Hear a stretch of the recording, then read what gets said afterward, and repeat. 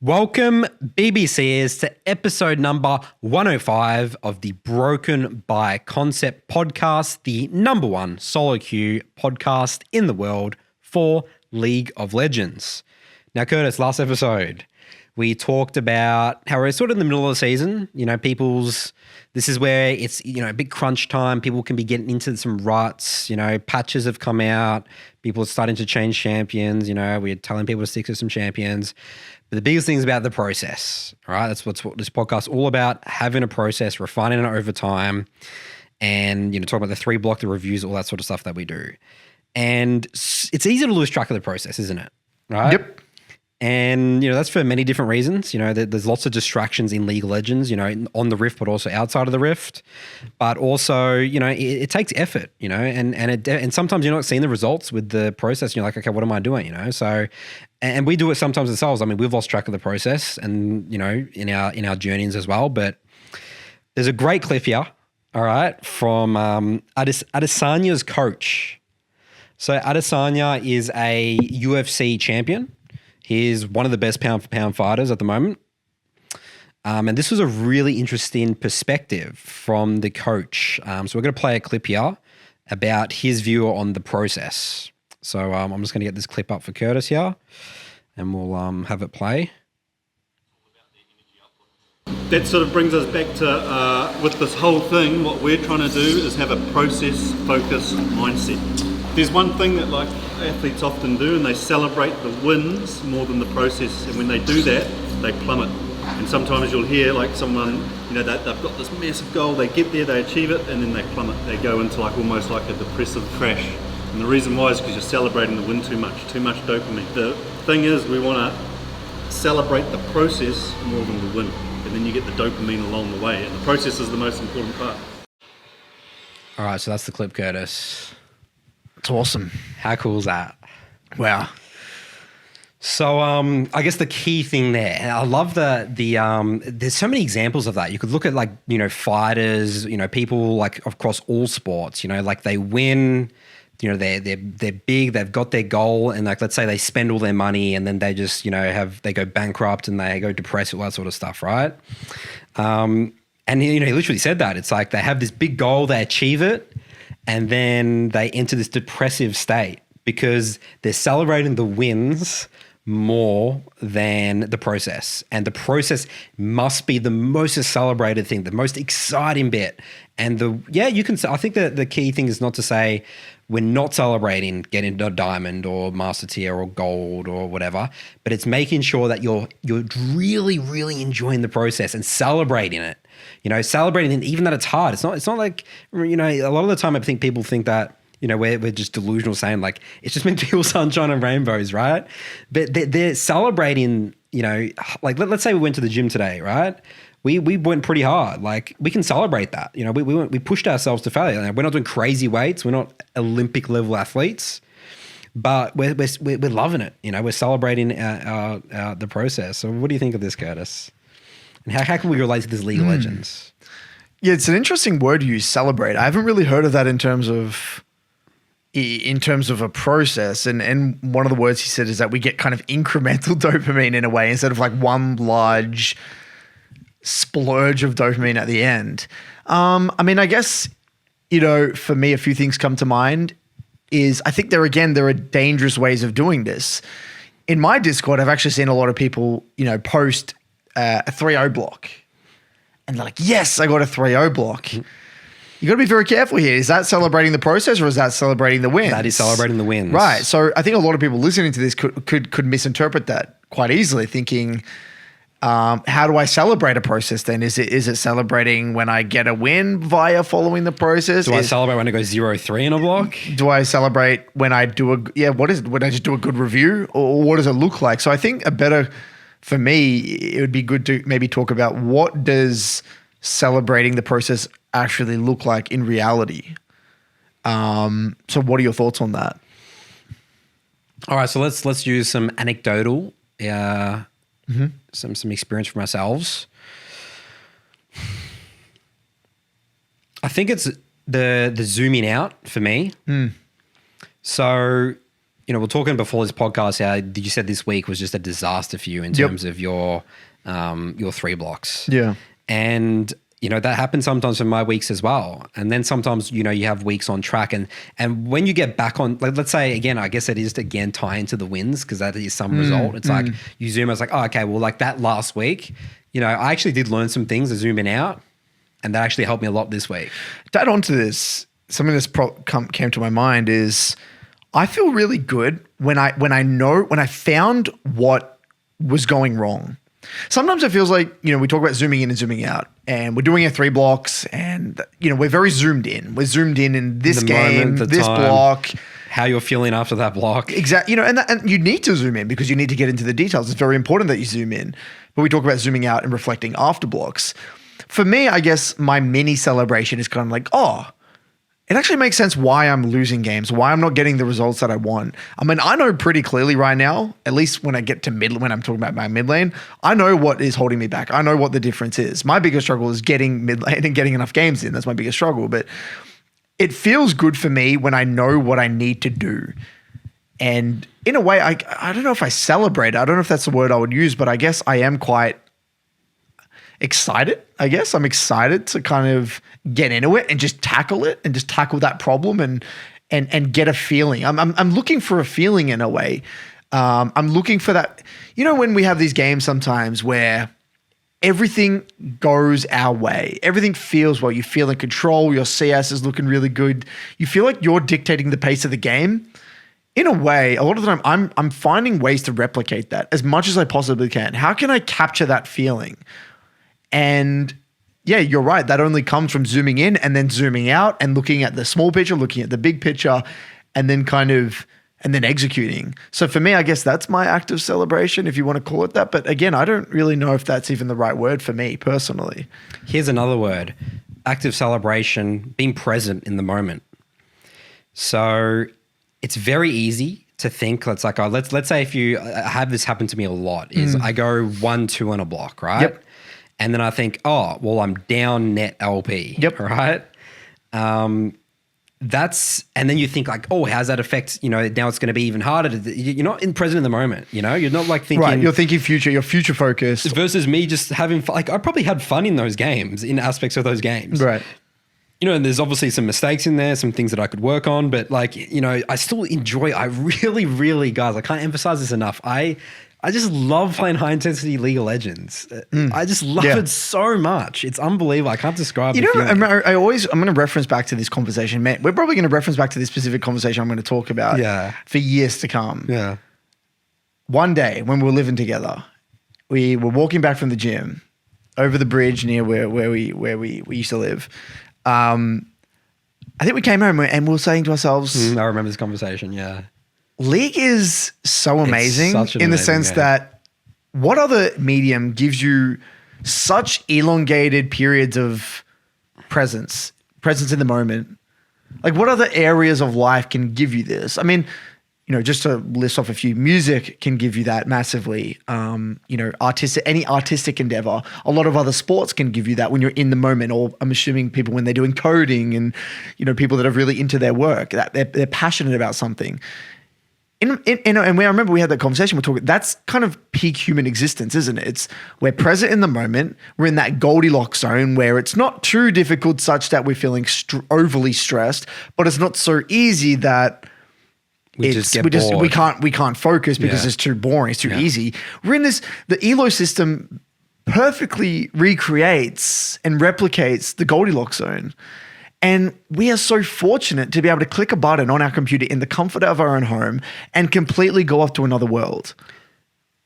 There's a word, gratefulness. Grateful, yeah. Like, how crazy is it that we live in the year 2020, what are we, 2022? Yeah. And, I forget which year, because I'm just so present in the moment, guys. I'm just not thinking about what's next year, what was last year, when was COVID. Where am I? Where even am I? It's just incredible. Like this game, I get to queue up and I get to perform against other people that are trying pretty hard as well. And I'd never met them. But that doesn't mean League's perfect. No, it does not mean. And that's an important caveat because League isn't perfect. I was pulling my hair out over the last 2 days, honestly. Yeah. but in the, across the board, and I think that's an interesting perspective because it's like, what else would where else can I find this feeling? At least for me, I'm a gamer. I enjoy games. I grew up with games. We love games. At the end of the day, people watching this love games. I'm assuming most people League isn't their first game, whether it was a console game or a PC game. We love games, right? And we're very grateful to be able to have this competitive game at our fingertips. I can just queue up right now against a bunch of really good players, and I'm good to go. Yeah, it's an interesting perspective. Never met them. I don't have to have gear. I mean, obviously you got a PC, I guess you can buy, but I don't have to gear up in NFL or, it's just you don't have to travel anywhere. No travel. Come for your own home. Incredible. So easy. It's Press incredible. a button. So I think gratefulness is another word that ties into Celebrating. celebration. Yeah, you're right. Celebrating the process. Being grateful for the opportunity to even have this at our fingertips. 100%. I like it. Anything else on that one, Curtis, you think? I just love hearing elite performance, people that are elite in their field. Yes. Talk about the same concepts that we speak about. It's crazy, like Tom isn't it? Brady, and especially, that's why we've got the Tom Brady doll here and stuff like that.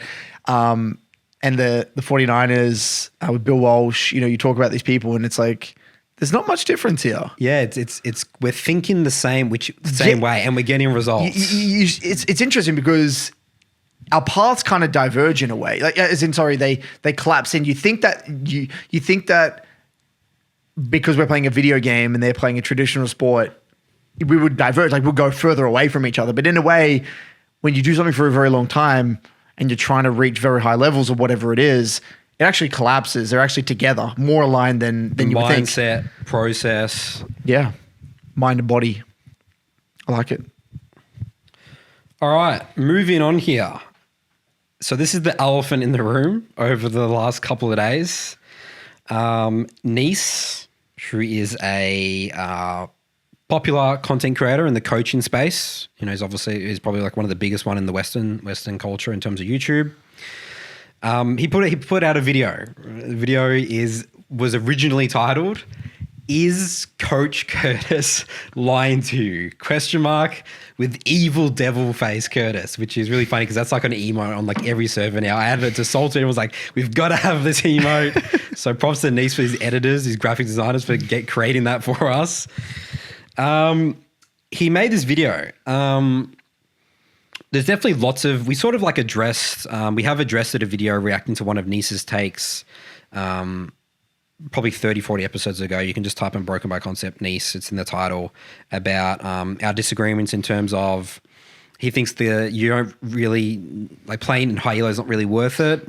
Once you get to diamond, you've got the game done, all that sort of stuff. And we talk about how much we enjoy getting to high elo, playing in high elo games, and how much we find value from it for ourselves, not just in terms of flexing and saying I'm challenger, but also, just personal growth and, dealing with our emotions, all that sort of good stuff we talk about in this podcast. So the route that I want to take with here, a specific thing he mentioned in there was, and this was really interesting, it got me thinking in a certain way, just reflecting across my journey and just where we are in League of Legends in the current time. He said 99% of players who climbed or got to high elo, the top echelons of League of Legends, at one point had an unhealthy relationship with the game. So I want to break this down. I want to explore this, okay? Because I definitely agree. I think that's definitely agreed. I think that's the same. I think we could say both of us at one point we had that. And I would say, yeah, I definitely agree with that. But does that need to be the case? All right.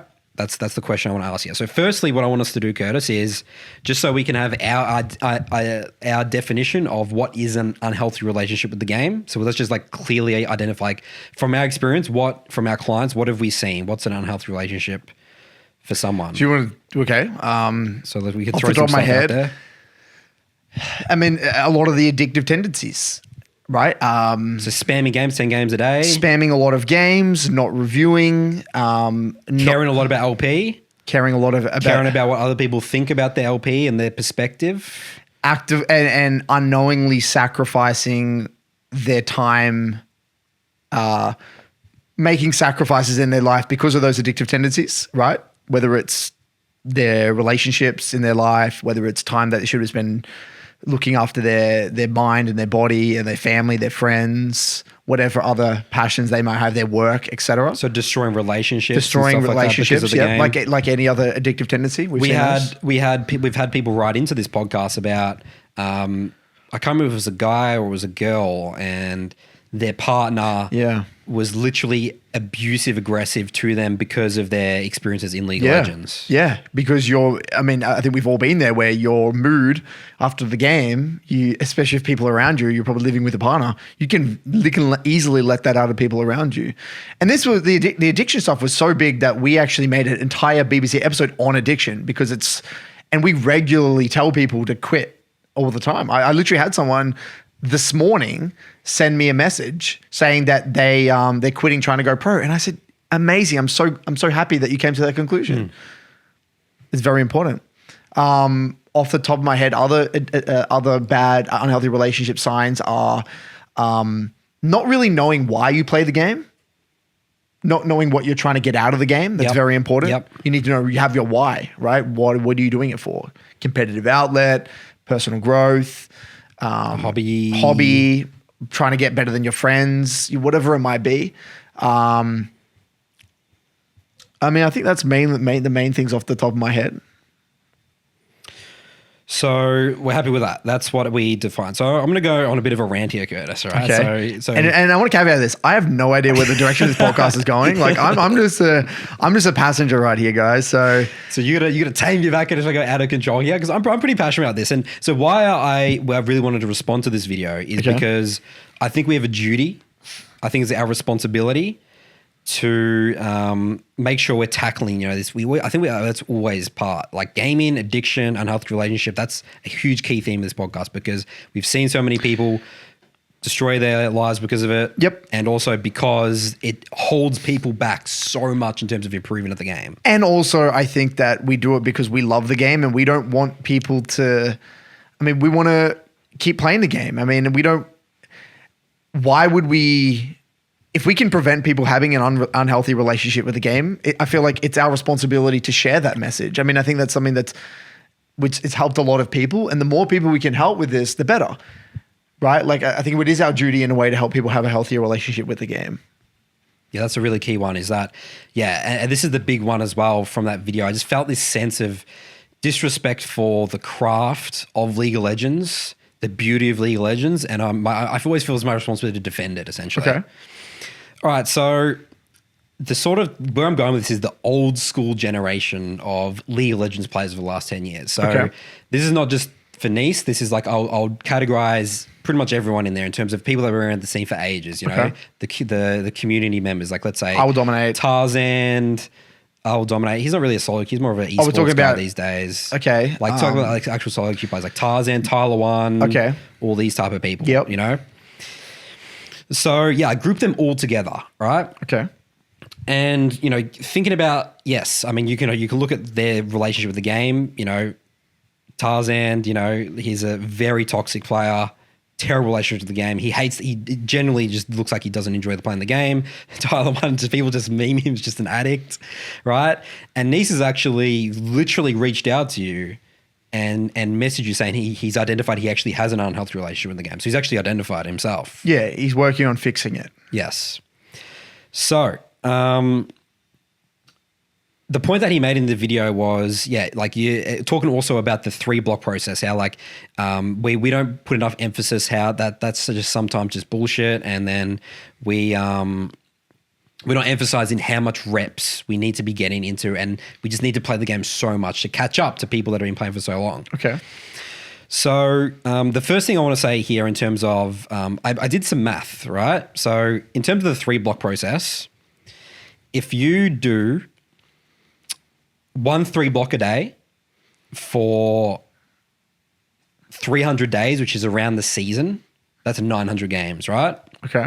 If you do 2 3-blocks a day, because remember, our philosophy is you don't just have to do 1 3-block. You can do 2 3-blocks, or you can do 1 3-block, 1 3-block, and then a day where you do 2 3-blocks. Let's say that's like 1,800 games, or let's say if you do like a bit of both, let's say you can get to 1,400 games or whatever, right? Would you agree that's a lot of games still? It's a metric ton. 900 games a season with a lot. 1 3-block a day. It's just a lot. That's a decent amount, isn't it?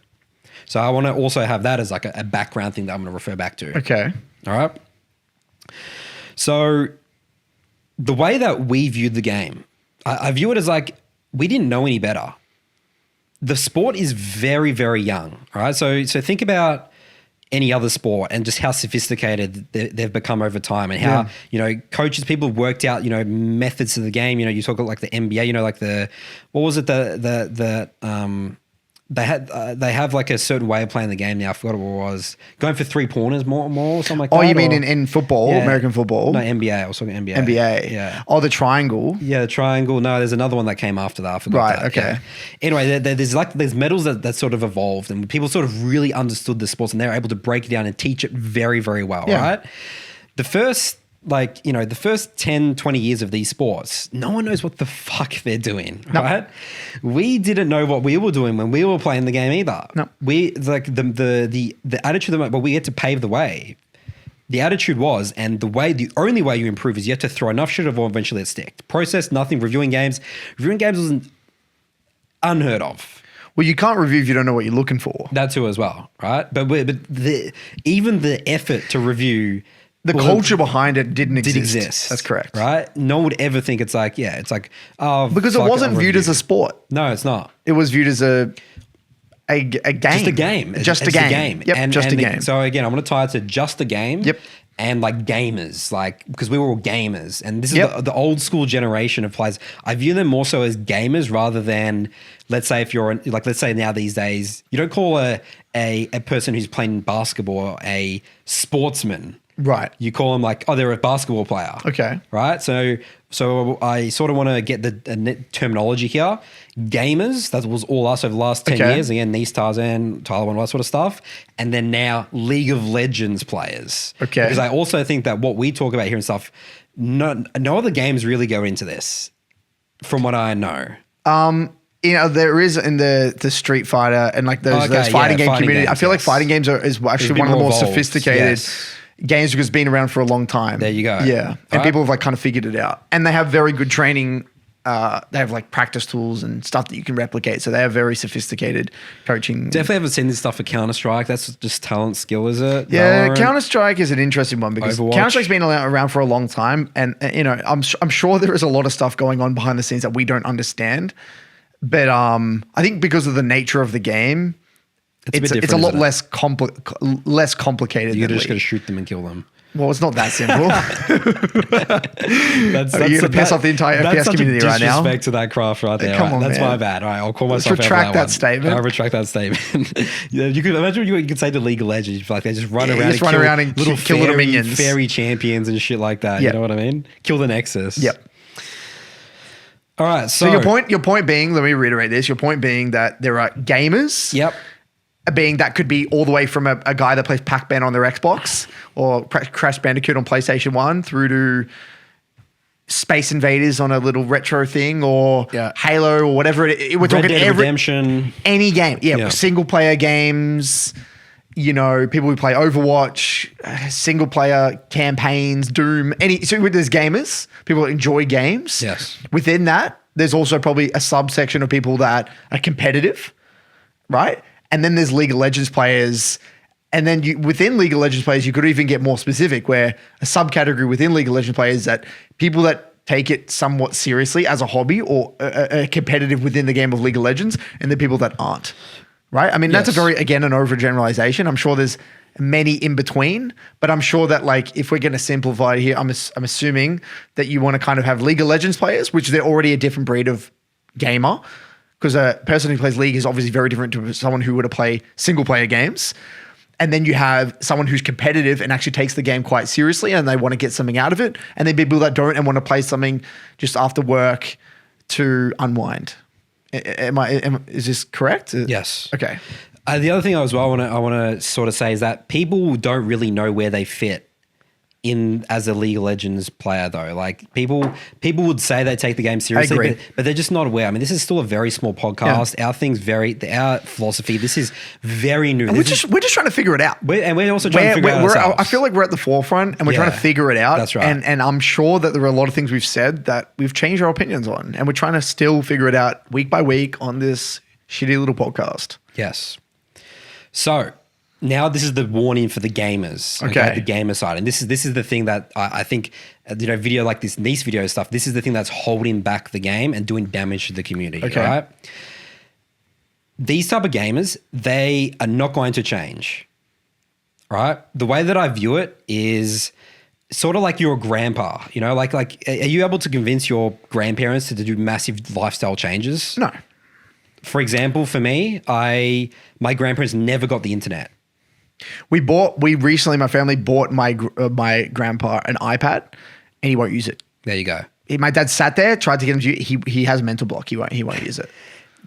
This is how I view the everyone who's gotten high elo before in the, like, if you're Challenger season 4, 5, 6, 7, 8. Like they were talking the old school gamers. The old school gamers who, became League of Legends players, you could say that they're now. It's very, very, very difficult to change for them, or like have this philosophy, adopt this philosophy, because they've gotten results. They have gotten results from that way. I want to say here, we are in that. I am in that. Yes. And I was like that. Yes. And I think this is a little tangent, but I think it's relevant. I'll keep it very short and sharp. I was the definition of a fixed mindset gamer. Hardcore. Pure talent. My dad, growing up, when I used to play Counter-Strike on my dad's computer when I was younger, he would bring his work friends sometimes after work, and my dad would put me on the computer and say, look at how, great my son is at Counter-Strike, look how talented he is. Talent. My entire, from a young kid, was that I was a talented gamer, because I was extremely good at Counter-Strike at a very young age. But at the end of the day, I just played Counter-Strike from a young age. Throw enough shit at war eventually. Exactly. No process. And so I had never even remotely thought about getting better, like trying to view the game as a skill. It's like you're either good at it and you're good at reaction times. Well, that's what I genuinely thought. I'm like, I just got good reaction times or whatever it might be. I've got good game sense, whatever that is. And that traveled onto League. And when I played League, I got very high elo very quick. And that was my narrative. I'm just a talented gamer. You're a talented gamer. You're talented in WoW. You're talented in League. I'm talented in League. The people that are all in this high elo circle, we're all just talented gamers. And let's see who can out talent the other person, right? And then there was no review. I didn't review a single game of League of Legends. I remember Schönfire. I think it was in season when Schönfire was dog shit of the game. I think it was in season 5 or something. It would have been season 5. And he had Baron. There was a thing called Baron Replay. Yeah. And he was talking about reviewing games. Yeah. I laughed at him. I was like, "What the hell are you talking? Why? What the? I don't understand the mindset. Like we were the gamers. Why? I'm so much better than you. I've never reviewed a game. Get the fuck out. What are you? Get out. Exactly right. And I was, and because I was good. And I got rank 1 on one server, and I was basically top 10 for all these seasons. And then we were basically coming top 2 in the OPL at the time. And then it wasn't until I stopped playing. Actually, even when I stopped playing in season 7, I became a coach. I was still just talented. I got top 10 rank. I got 1 KLP in season 7 as a coach when I didn't even play the game. That's how good I was. I was just talented again. And it wasn't until I really stopped playing the game and I started getting worse, because I stopped playing the game and I lost my feel for the game at around season 8, season 9, and then starting to get into the learning aspect of things with John, our performance director, and then me learning about all these concepts, how we started to put the pieces together. Oh shit. Because I think where this all actually started was that when we were trying to coach League of Legends at a pro level, I realized that who am I to coach when I can't even coach myself? And that's where it all started. I think that's when it started all clicking into place. I'm like, I just got I was just one of the I was one of the people that played since season 1. I just played a shit ton of games, and yes, I had a lot of gaming background in my Counter-Strike days and before that, which accelerated my learning, as well as being absolutely delusional about how talented I was, which led to me playing with confidence. Yeah. And then that got to me in that position, and then I started to realize I'm actually not talented. And I actively now know I understand that I'm not talented, and that I have to put in a lot of work each season just to get to where I am. That's kind of, I just want to give context here, because we are that person, and we could easily be. I would still. Now we would still be that person. Have a process, I would be like the many other players that would be in Diamond 1 with a bunch of bad narratives. I was very, very, very toxic. I was basically as toxic as you can get. People are not going to believe that, but I was, and Nathan can attest to that. And that, again, in reflection, in hindsight, it was all me not understanding what was happening. It was and lack of respect for the game, because lack of respect for the game, because not just us, everyone else didn't respect everyone the game. else. Your parents, your peers. No one did. Yeah, you couldn't even tell your friends that you played the game because no one respected it. You couldn't. Your parents didn't really view it as a thing. So much so that I even quit the game in 2016. Remember? Yes. So it was so much so that was even that not long ago. 2016. How many years ago was that? 6 years. 6 years ago. 6 years ago. Yeah. I quit the game for like 6 months because I just thought it was a waste of time.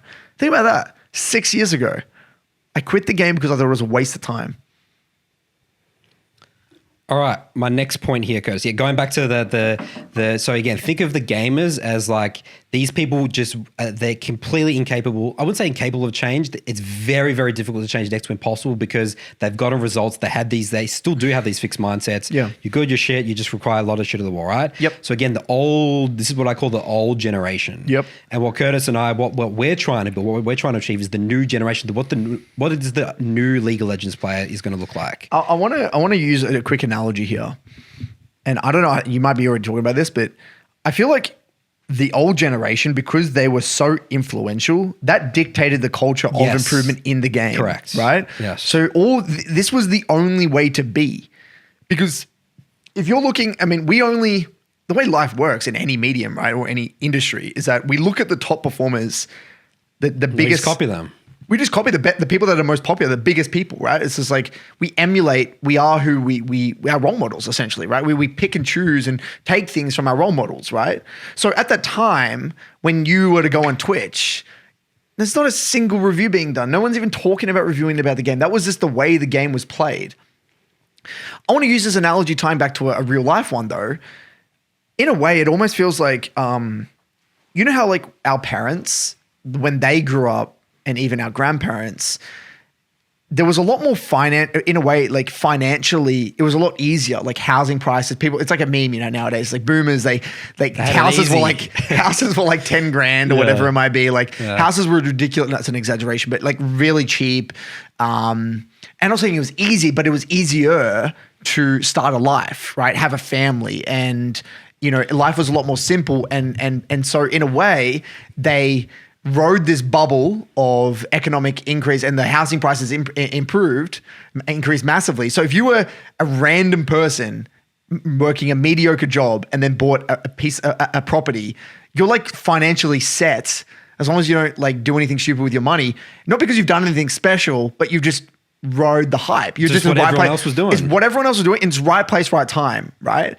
But then we try to emulate that, and the millennials, and we're like, we have to have our own process in a way. How the hell can we afford? We can't copy what they've done. It doesn't work. If you try to copy what you go to university, you get a job, you become a nurse, and you're not going to afford a house. What the hell? I mean, unless you're living in Whoop Whoop, you're not going to afford a house. We have to accept reality, come to terms that most people are just going to rent for the rest of their lives. That's what but back in the day, that was never even remotely possible. I mean, you couldn't conceptualize that. How are you going to have a family if you're renting all the time? But notice how like we're just different generations, and we're a product of our times. And you only know what you're exposed to, if that makes sense. That makes 100% sense. I mean, that's what again, we see results. We're just going to be like, oh, that's what we do. That's the standard, right? Right. So we were that generation. We're not that anymore. We've moved away from that. We're thinking we're thinking way more deeper of the game, League of Legends. We've studied the game a lot more, right? Yeah. And we've coached ourselves. That's the key thing as Yep. well. Over the last couple of years, I had to coach myself out of Platinum. When I came back to the game after taking a 3-4 year break, even though I was Challenger in Season 3-4, I was so outdated with the game. I didn't know I was what struggling the in the Master tier. Yep, there you go. And if we didn't create this process, this 3-block process and review, get into the details, have this mindset towards the game, we would not be where we are. I would 100% be stuck. I mean, 100% now. we've seen a lot of people who played in our generation that were weeded out. Correct. Heaps of them. Heaps of them. And they try to come back and they get stuck in Diamond and they quit again. They just go in that cycle. So that's interesting because then remember, we've got to still say that people are still doing this now. But the thing about it is that so when I watch that Neace video and all these people's videos, they just hate the game now. So what the way that it works, the way that I view it is that they hate the game so much. They have all these narratives built up, which is just going to drag them down. Then I've got this new fresh 17-year-old kid spamming games. He doesn't have that, but that's starting to build up over time. And that's why he's able to get to challenge when that person's not. Does that make sense? Wait, so you're saying that, can you repeat that one more time? So the old school people, they've think of it as the more years they've played without a process. It beats you down and you get bad habits, and right. then you hate the game. But this is not, there's outliers and everything. I think we got to caveat this. There's outliers. There are just genuinely extremely talented players of course, as well. Yeah. Of course, I'm just generalizing. We're generalizing here, right? I would say for the average solo queue player, right? Who let's say throws out. So you said there's a 17-year-old kid that what? 17. So now the 16-year-old kid, who's been playing. He started in season 7 and 8. That person's able to surpass that person. Yeah. Who's now he was challenger now in Diamond. Yep. Because he doesn't have that baggage of playing for years and years and years. Yep. Even though, but and he has a fresh perspective of the game. He has less of an ego, maybe. He's less attached to his previous ranks, all that stuff. That's right. Okay. Correct. Right. So that'll be the people and they can just probably put more time into the game. There's probably an element of that. People they're getting older and they have life. Yeah. That's right. Okay. So I want to differentiate ourselves and why we created this perspective in this process. So and the key thing is we didn't engage with the League of Legends community, really, did we, Curtis? No. And this was a huge advantage for us and still is an advantage to us of why we're able to think the way we are today. And I actually think being an OS helped us massively. Yes, absolutely. We initially thought that being an OS was a massive disadvantage, and there are disadvantages, but the advantages is that instead of getting caught up in especially the NA, if we were in NA, I feel like we would have caught up in scrim culture. We would have caught up in that whole amalgamation of stream culture, the egos and the esports. So we would have got pulled into that, dragged into that in some way, shape or form, collaborations with other content creators. I haven't collaborated with basically anyone in my entire existence of my YouTube channel. There's probably been 2 collaborations. I think I did one with you. I think I've done a video with Cupcake and that's it. I've done 0 collaborations with anyone. And that helped me and that helped us create our own. We were kind of detached from the society of, or the league community in a way. And we kind of get perspective on things, right? That's right. Especially so I would say that the key things for us was getting that, again, not because we never went to those esports parties, league. We were very disconnected from this, even when we were in the top of OS and going to Worlds and going to all that sort of stuff. Yeah. Jonathan Brown was a massive influence. Getting that outside perspective. Yeah. Just really put things into perspective. I still remember that story where he came into our gaming house and he looked at what we were doing and how we were training. He's like, this doesn't make any sense. And I remember I was like, let's just get this old man out of here. What does he know? He's never played the game. What is he going to teach me? What is this guy ever going to That's how close-minded I was, by the way. Let's just highlight that, which is exactly what my response would, it sounds ridiculous, but my response at that time, this is how egotistical and close-minded I was. In 2017, some guy, an older guy who just done all these other amazing things, comes in. Worked with high performers in other industries. And my default response is, I don't even want to listen to him. Think about that, how bad that is. And it wasn't until we kind of he actually thought about what he said and he kind of eroded us over time, just bombarding us. You're right. This actually probably doesn't make sense. This actually, and what was interesting, by the way, I think we need to really expose ourselves here. We got worse by doing what he said in a way, in the short term. Because this is the other thing as well, and something to keep in mind is that when you try to get better at something and you try things, it can actually make you worse in the short term because you can just do you can overcomplicate things. It's very easy to overcomplicate things in the aim of trying to, because at the end of the day we're trying to simplify it, right? But when you have no idea how to approach a problem, you're going to overcomplicate it. We're all trying to go from, again, old 0 to school 100, generation right? gamers to the 49ers or Ray Dalio's principles. We of went way Bridgewater. too far, We way went too quick. It didn't make any sense. You got to go from preschool. You got to go from takes kindergarten to years. year one. And then It takes We're not going to years. go from random Direwolves esports kids to let's emulate the 49ers or Ray Dalio Bridgewater. It's just not going to happen. No. And we've fucked ourselves over that. That's by right. the way. And over time, we've slowly refined. Slowly We still will refined. refine. Like the way that I view this new generation that we're creating. I'm going to go into some examples soon of what we've done, the work we've done. Yeah. This is going to take 20 to 30 years to really get people's, not just your respect for the game and let's say the people's just respect for League of Legends in general, because there is lots of negativity around the game. It might never change, though. It's also your parents and the mainstream media as It well. might never change. That's true. That's Absolutely. actually reality.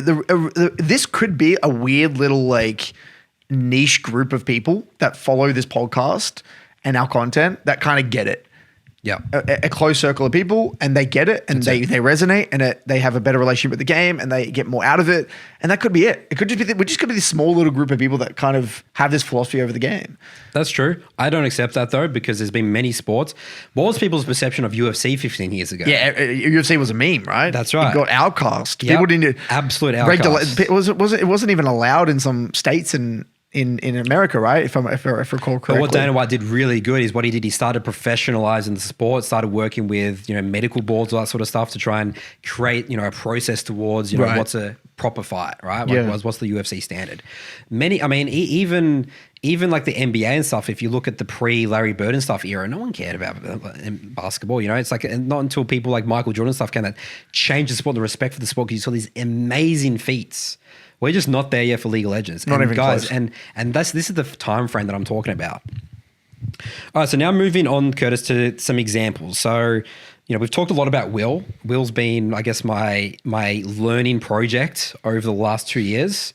And I just want to because the big thing in that Neace video was saying that 3-block process was, he literally said, if you want to get to the top end, you've got to have an unhealthy addiction with the game, right? It's quickly Will's journey. We've talked about him before. If you go to his OPGG, no invade PLS. When I started working with him, he ended Diamond 1 in Season 9. In Season 10, I think he only had like 500, 600 games that season of ranked. In Season 10, that's when I really started working with him. We started creating the process, all that sort of stuff. He has 900 games played that season. Okay? That's going back to 1 3-block a day on average, isn't it? All right, so just talking about that, and I would say he never had an unhealthy relationship with the game. I mean, we'll talk about why, I think that was able to be the case, because he was able to start at such a young age, and he had the benefit of like someone like me who's gone through all that, and the mentor I could sort of guide him. Season 10, 900 games. Season 11, also 900 games. You can just look at his OPGG again. So again, another average 3 games. And then at the beginning of the season, it took him 300 games. That's when he hit rank 1 in like March or April. All right, so that's someone pure process orientated. So he's gone from Diamond to rank 1. to rank 1. All right. With 900 games a season. Obviously, I'm going to get some more here, but that's obviously people can say, well, that's the exception proves the rule. You Yeah, know he what could I be mean? an outlier. An outlier, He right? could, yeah. But that's interesting, isn't it? It is interesting. It's out there, right? So where our class Will is the new generation. The new generation of player who he's climbed through good habits, good process, and understanding the jungle and breaking it down. I want to add something. I believe, by the way, Will is there's no one in the world, I think, that is like Will. Yeah, there's no one in League of Legends in the world who went from Diamond 1 full process orientated, climbed to rank 1. No one's in the world. He's like the first. Here's what I would call an artificially created. People would call him like a prodigy, right? Like he's an artificially created prodigy. He's like someone in the lab, like we've artificially created a human. Like we've made a breakthrough with AI and we can create new humans. Like that's what you've done with Will. There is no one that has done what you've done with Will in the world, I don't believe. I mean, we don't know. I mean, we can't speak for Korea and China, right? We don't know. In the West, we're at least in the sure. West, I'm pretty confident. We know a lot of the coaches. We've never seen that. Because I want to break down why, though. why Will's situation is incredibly rare. Will was 15 when he approached you? 14. 14. Who in their right mind as a 15 or 14-year-old would even have the I guess the care or even like the mindset to listen to someone else and want to follow this process? Like, it's hard to get a 15-year-old kid attention. Imagine you at 14, 15 years old. I'm not going to listen. So No. he obviously had a lot of respect for you, and he just latched onto you and he listened to you. But that is unheard of, especially a gamer at 14 or 15, where their attention span is that of a gnat and they're dopamine fueled, they're addicted. But in a way, Will had good upbringing, right? He had good parenting and they were pretty hard on him. And like, he actually wasn't just like, a basement dweller that played, skipped school and, played all the time. He actually had good parenting, and in a way he was very attentive, right? In a way. I'm not saying he's perfect. Yeah, he definitely had his flaws with some stuff as Yes, well. but he did listen to you the majority of the time. And he had to get diet and exercise. That was huge. He actually listened with was diet and really exercise. poor. Like, in a way, yes, he is an outlier in the current now ecosystem. Now he's an outlier. Your point is you're saying that there can be way more of them. That's If right, we change the culture, yes. there can be way, way, way more of them. If you can influence the up and coming now 13, 14, 15-year-old kids to have a better relationship with the game, what would the server look like then? What would the top of the ladder look What would the like? top of the ladder look like then? You've got now a whole army of 15-year-old kids that actually play 3 blocks and really review and have a good relationship with the game and actually exercise and eat well. What would that look like? And that's that's looking at very, very developed sports. Look at college, We NFL, see this in other college, sports, so you might NBA. think that's delusional, but we see this in other sports. Think about, we speak to, Cupcake, he talks about his tennis journey as well. Like, in all of these college sports, you start really young. With like, world-class coaches. With world-class coaches. Like, if you're really serious, if your parents want you to be a great tennis player, you're getting coached from an incredibly young age. Like Ash Barty, the Australian tennis player who won. She's ranked 1 in the world. Ranked at the moment, 1, right? and she retired or whatever. But like, she started at an incredibly young age. She's being coached, one-on-one coaching from a young age. Think about what that takes. Rocking up after school, getting tennis training, eating well, sleeping well, training, multiple days a week, going to the gym, working out, probably doing other forms of cardio, swimming and other things. This person has been dedicated to a sport for years and years and years and years and years. And then by the time she's competing at a pro level, think about the type of person that person is, right? The habits, the process, but that's the respect. We don't look at the Ash Barty story and be like, that doesn't make sense. Who would do? No, there's makes perfect sense. Thousands of kids out there that are trying to be a great tennis player or a great cricketer or a great rugby player or a soccer player or a footballer in every country around the world. That's just the way these more advanced sports that have been work. there for 100 years, Yeah, they've been going for ages. These are sophisticated sporting and very complex grassroots programs that people. It's encouraged, right, from parents, and it's culturally acceptable to pursue that path, isn't it? That's right. It's culturally acceptable. And we're not even remotely close That's to that. right. With guys with decades away from that. And you know what? It's justified. Of course. Because in its current state right now, like if I was a father and in league's current state right now, I wouldn't want my kid to go into the esports ecosystem. Absolutely. Not at all. He's going Absolutely. to come out a worse person a lot of the time. Just being around these gamers. Just being around these people. The gamers. Just the people. Yeah, the community. The gamers. The gamers. That's correct. But I wouldn't want my son around that. No. I mean, what is he going to really get out of that? I mean, he could flip it and hope that he gets flips that he gets his massive salary, that he just makes it. He could easily not make it. What is he going to, but what's the cost? But in general, like, you're not even going to pursue that as a hobby. Not even as a father. I wouldn't even want that my son to be wasting time, or like, not even about wasting time, just being around these people in this community. Makes sense, right? So it's justified in its current form. Yep. So the other thing I was actually watching you remember Dawn Wall? Yeah. The documentary. The Alex, his name's like Alex something. I forgot his name. Anyway. That's one of the most inspirational documentaries you'll ever see. It's amazing. It's on Netflix. There's a great scene, and we'll get an editor to put it up as well. What he does is just this huge challenge, just really, he breaks down the wall. And it's So this all guy's a rock climber. He's a free climber. Is that what I call him? Yeah. Where like you don't use equipment. No, he does use Is it? equipment. Yeah. Right? Oh, Yeah, he okay. does I use thought it was a free climber. No, because remember, dude, they live 2 weeks on the wall. Oh, and stuff, right, remember? right. Yeah. And like he literally studies the wall, and then now I guess we can sort of get into the like obsession versus addiction. Yeah, I think this is a very important discussion to have, Right? Nathan. But he was obsessed, and he studied the wall, all that sort of stuff. But again, like he still broke it down. Like it wasn't like an addiction. He just didn't know what he was doing, right? And like we'll have a picture up of the 30 pitches that he created. So each pitch is like you like climb it and then you like stop, and you climb it and you stop, right? And that's the way that I view like our coaching. What I wouldn't say we need to get to that point where we can like break down the fundamentals in that way. Like this is the one you would do first. This is the one you do second. Right, like yeah. we're not like that will come over time, right? Yeah. League's really complex. I mean, I get asked that question all the time, by the way. Yeah, what do I do first? I know. I don't even know how I to don't know answer how to it. answer that. We're not there yet. But this guy spent, literally, 5 years doing this one climb.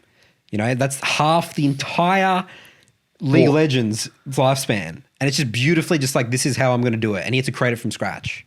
Stuff like that, I think is really, really sort of showing like what we're trying to get to. I want to, you kind of led me down a path here, and you've made me, I was very calm. Yeah, here we go. You didn't want to get me fired up, but you got Okay. me a bit fired up here. Okay. I just want to say this. I coach a lot. We coach a lot. Too much, and for quite a long time now. And I think I've actually even started doing. I do like a daily recap, and I write up these things for my Midland Academy called Weekly Tidbits, right? Where I like reflect. I reflect after my coaching sessions every day, and I try to think about what's happening in my coaching sessions. What am I doing right? What are the themes, patterns, etc. I'll be honest, man. Like I finish my day sometimes, and I feel like I don't know what the fuck I'm doing. Like, as in, like, it's so complicated. League is so complex. I've been I've just been doing mid lane specifically, right? For how long now? Like 3 years or something? 2.5 years. Yeah. 2.5 years? Mid lane specifically. Not even below gold. I'm only talking about gold, platinum, diamond, master plus. Not even all the ranks, right? Just a few ranks, just one role. I don't do anything else I don't do anything else. And I feel like I've gone backwards. That's how complicated the game is. Like, and the reason I'm saying this is because League is such a complicated game. Coaching the game is, I can't even put it in words how many levels there are to this. And every day I wake up, right, I know that I am, using that wall analogy, if we're talking percentages on that wall, I'm at like 2%. Yeah. Like, not even exaggerating. I would like, agree. I look at my coaching from last year and I cringe at my own coaching a year ago when I thought I was at the best. And then I look at where I am now and I'm going to cringe. I know that I'm going to cringe at my coaching in a year from now. I can't even imagine what my 10 years. coaching could possibly be like in 10 years. It will be, I'm going to have such a much better understanding of the fundamentals of the game and the order in which I teach things and how I teach things and how I communicate. I am operating in terms of, I'm like an inefficient car. You put fuel in. It's just burning that fuel, burning not that getting fuel. that far. I'm not getting anywhere. Yeah. I want to get to the point, and we would need to get to the point where it's like every word we say is necessary and not overcomplicating. We talked about creating new terminology. We have this beautiful dictionary of League of Legends terminology that we can pick and choose when we need to. It's like, that is the only reason that I'd still do this. Like, if League was easy, I wouldn't do this. It's such a massive challenge. It just gets It's us such excited. a massive challenge. It's the only thing that keeps me going, to be honest with you. It really is. If I had solved it and I knew how to like get people results, well, I can't wake up at 4:30 a.m. every day. Why would I do that? I wouldn't have the motivation. I only wake up at 4:30 a.m. every day to coach EU clients. You think I want to wake up at 4:30 every day to coach EU clients every day? No. but I do it because I'm obsessed. I'm obsessed about it, and I'm trying to become the best mid lane coach. And I know it's embarrassing how far away I am. And we need years, decades before I can confidently say that I even know what I'm doing. And so I think that the reason I'm bringing this up is that, there is so much complexity in the game, and especially when you're going like Master Plus, like it is so complicated that like, I just feel like the coaching craft is just unbelievably disrespected. Absolutely. Like it is pissed on, like it is beyond pissed on. Like it's like people look at it as if it's a joke and it's easy and anyone can do it. Everyone just picks up and randomly becomes a coach.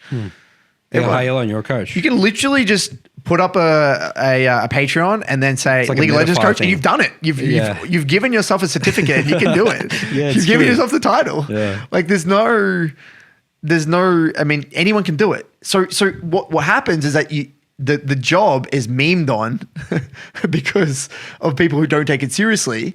And then people get poor results because of those coaches, and that reiterates the narrative. And because there's probably only a handful of coaches in the entire world that genuinely take role coaching in the general public seriously, there's people in the pro scene that probably take it very seriously, but we're talking in the general public take it very seriously, helping the average player helping the entire culture of the actual community. Like think about the culture. It makes sense why the culture is the way it is. Correct. Like it's the entire league community and the culture of league. It's a self-fulfilling prophecy. It's disrespect upon disrespect, which leads to more disrespect. It's just plus like addiction based off the game. Like, you don't really have that problem with basketball because, I mean, I guess you could be addicted to playing pickup games, but it's still like good for you. You're not just sitting on the chair. But let's have this conversation, Nathan, because, one of the things, look, with the Neace video, talk about where everyone has an unhealthy relationship with the game at some point. That's just like required. But I do agree with that. Like it's not required, but I think in its current state, I think with the game where it is now, I think most people, 99% of people have had or do. That's a correct statement. I think it's a correct statement. And I think that like there is an element of, but I disagree that you need to be addicted to get high elo. That's right. And to get the goals that you want to achieve. I've got someone right now in my mid lane academy that is not talented, just plays 3 blocks, small champ pool. He's gone from platinum, now he's like high diamond. He's going to get master. I know he's going to get master. I've got a lot of clients that do 3 blocks that have now about to reach master. I've had a shit ton of clients recently. Or I've had probably this year as well, the most, a metric ton getting master tier. Just from rocking up to reviews, having the small champ, listening to what I say. And these people aren't addicted. These people don't play nearly enough games to be addicted. They've full-time jobs. They study. They don't have time to be addicted. It's impossible. They wouldn't be functioning humans otherwise. These people have good relationship with the game and they're getting master tier.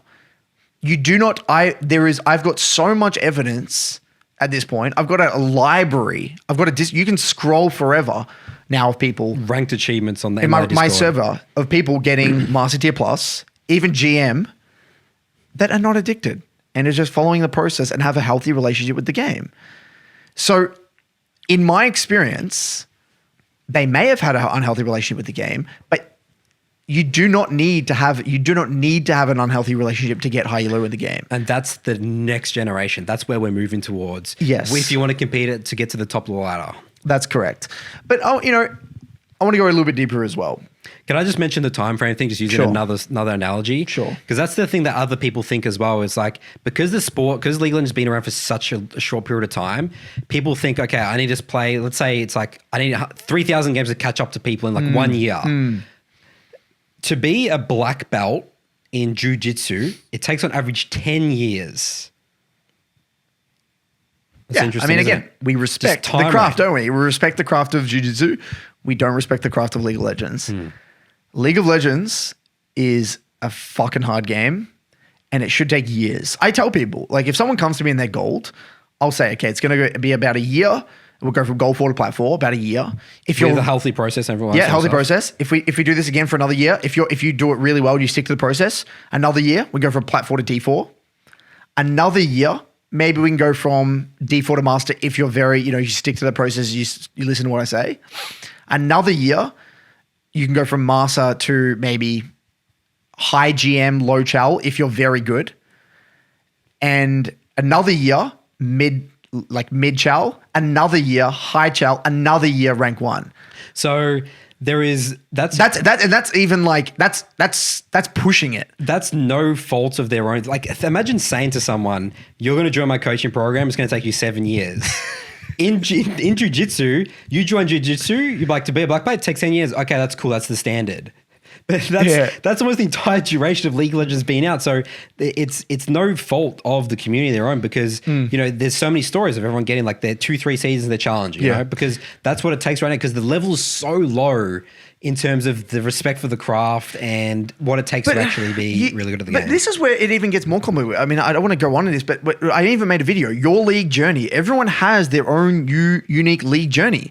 Some people have a very sophisticated gaming background. They play many different games at a high level. Accelerates it. Some people are genuinely quite talented and they're good at like pattern recognition.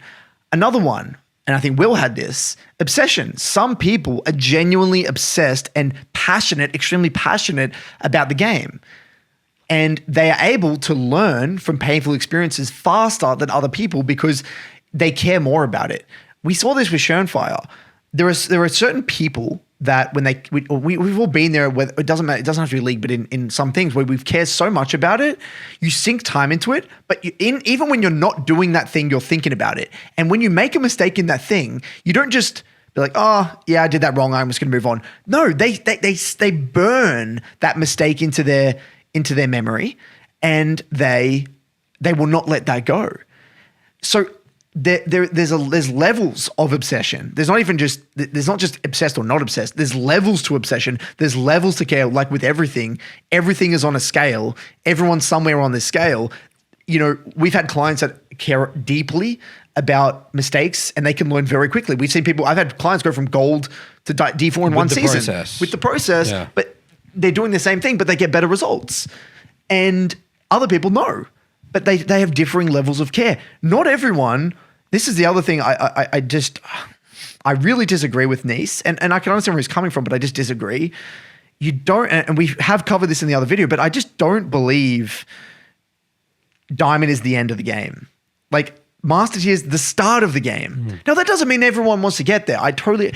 I've never once in any of my videos imposed that you need to get a particular rank. You come to join my program, you tell me what rank you want to get, and I'll do my best in my power to help you get to that rank.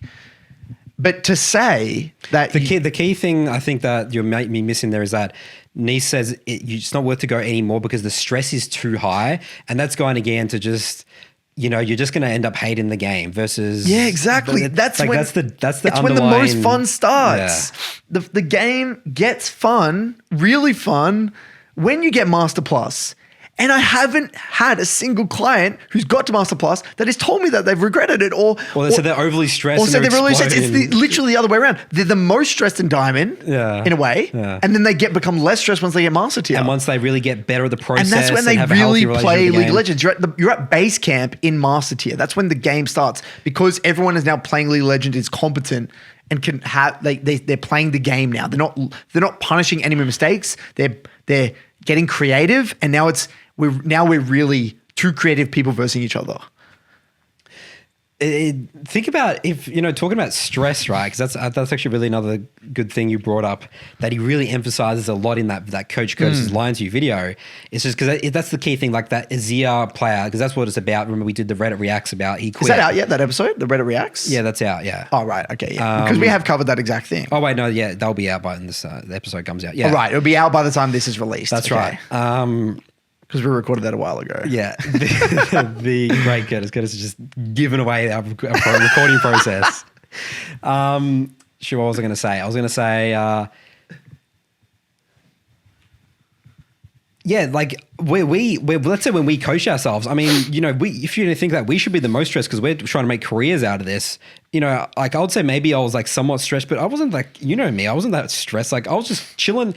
I was celebrating the process.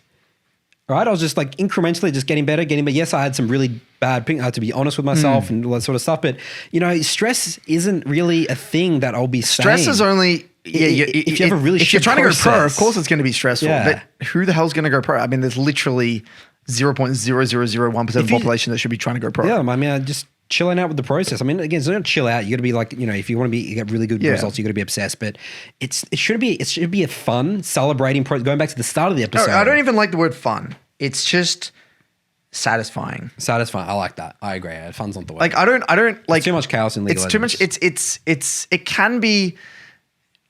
Okay, so again, stress only comes in when you're playing at a rank that you don't really... Or you've got like a weird time frame. You've got a time frame, you're putting time on yourself, or like, you got boosted and you're playing at a rank that you don't deserve to be at. Like, if you play ranked consistently, this stress shouldn't be a thing.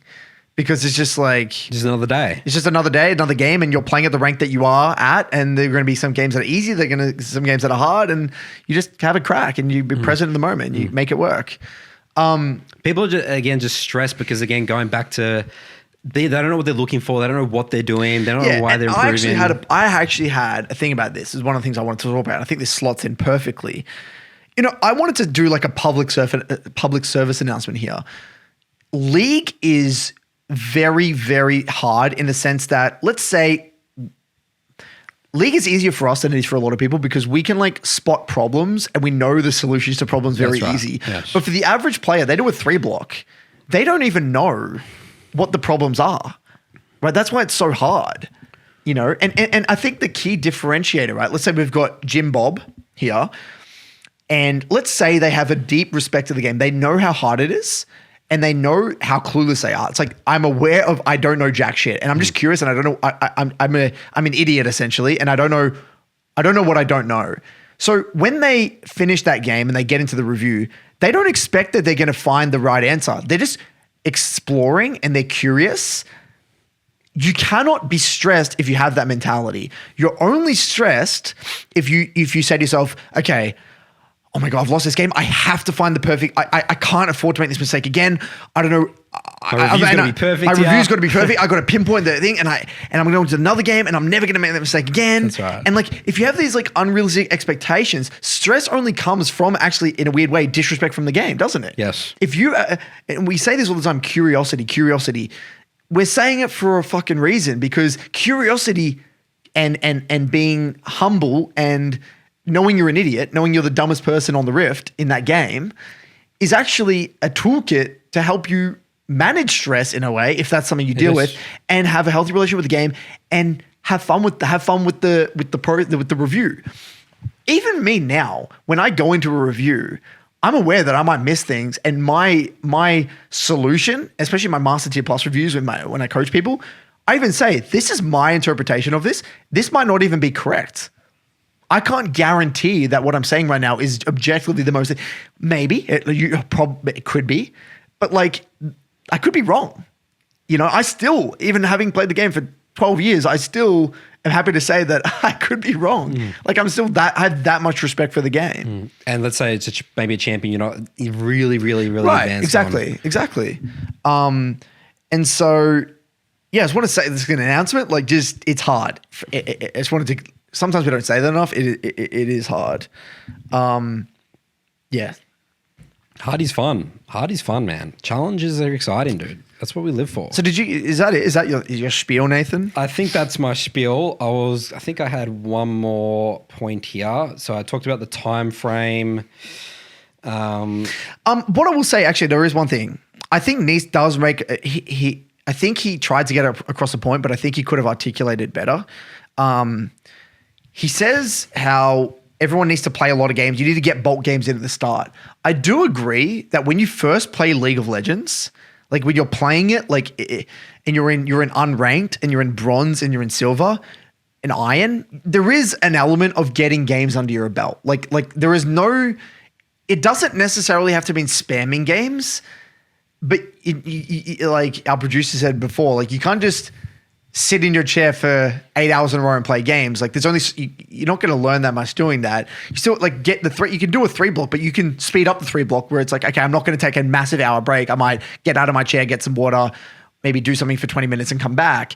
You got to get reps in. There is an element of there is so much knowledge. The knowledge base is so large. Learning all the champions do. Loading all the damage outputs, the feel, mouse the keyboard. movement. Like there is just a bulk amount of games that you need to get under your belt. And I feel like that's what Neace was trying to get across. Like, and I agree with that. But it doesn't mean you have to have a bad relationship with the game. No. But it does mean you have to get games in. Does it mean like you're just going to do 1 3 block a night and you're going to get to diamond that way? No. You're gonna be there forever otherwise. You got to get those games in, but it's just how you do it. That's just a fact. However you want to do it, whether it's like 2 3 blocks a night or you do 4 blocks or whatever it might be, you got to get those reps in. So I think that's one thing he was trying to articulate, but I think that he just didn't get around to it.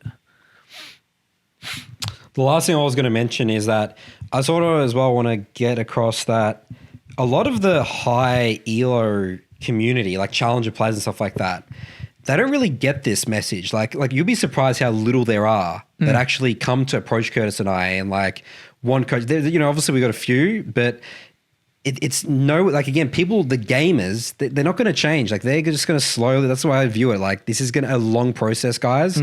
If anything, I sort of want our message as well to be, let's say you're watching the podcast for a long time, your responsibility is to get results with the process in a way. Yeah, in a way, yeah. To move the game forward. I actually think I should broadcast the results of the people in my Midland Academy that get results more. I think you should, absolutely. Like just to spread the message. Well. Yeah. I got some great ones recently. Maybe we should start doing a thing at the end of our episodes. We should go to our channels and just shout out people. Like a roll credits. Love it. Yep, let's do it. We should start doing that. Yep. And we just say, congratulations to X. We can maybe do a little brief summary about how hard their journey was, what we worked on. Yeah, whatever. We can talk about that, but I like that. Add that to the end of this episode. We can add that? Yeah. We'll do it next time because I got to prepare stuff. Okay. All right. Yeah. So just want to note here, just like this is, it's not as simple as like people listen to like Curtis and I, like this is going to be a long time. It's and I'm still trying to figure it out. And we're still trying to figure it out. And the current generation, let's say you've got a challenger friend, but like, I don't listen to like Coach Curtis and stuff, like just do this and do this and this. They can't possibly have the foresight to change because they've gotten results. That's right. From the spam. I don't blame anyone that says that. Like, no, of course not. If there's like a 1K LP mid laner that thinks I'm a joke, that's okay. That's right. I mean, it makes sense. It makes sense why that person would think that way. And, let's see what happens in a few years. That time is the true test of anything, right? I could be a giant scam artist and I could just be, and then we'll find out. The title of this was right. Curtis is lumber. I am a giant liar or something. That could be from the outside, you could see that. And then only time would tell, right? It's like people, I'm just not getting any results. Like I joined this program and it's just, I paid $25 and I got nothing, like that would happen over time. Like no one would be in my program. So like, I guess time will tell. If I'm around for the next 10 years and okay, I'm probably doing something okay, So I guess I can see that. I can totally see that. That's my rant over, Curtis. I've had some stuff, but I think that's a lot. We'll save it for next episode. End the episode on this one. Great. Good conversation. That was exciting. All right. I think that's good to re-emphasize our stance on, our message for this podcast. I think we always need to reiterate it, going back to the basics, talking about why we love the process. And let's leave the message of this. Celebrate the process more than the wins. That dopamine, that 3-0 block, make sure we're still really enjoying being present in those games you're playing. I think that's really awesome. I'll have that linked to that video as well. Okay. With the Adesanya. I think I'm pronouncing his name right or wrong. Lovely. Good work, guys. We'll see you on our next episode.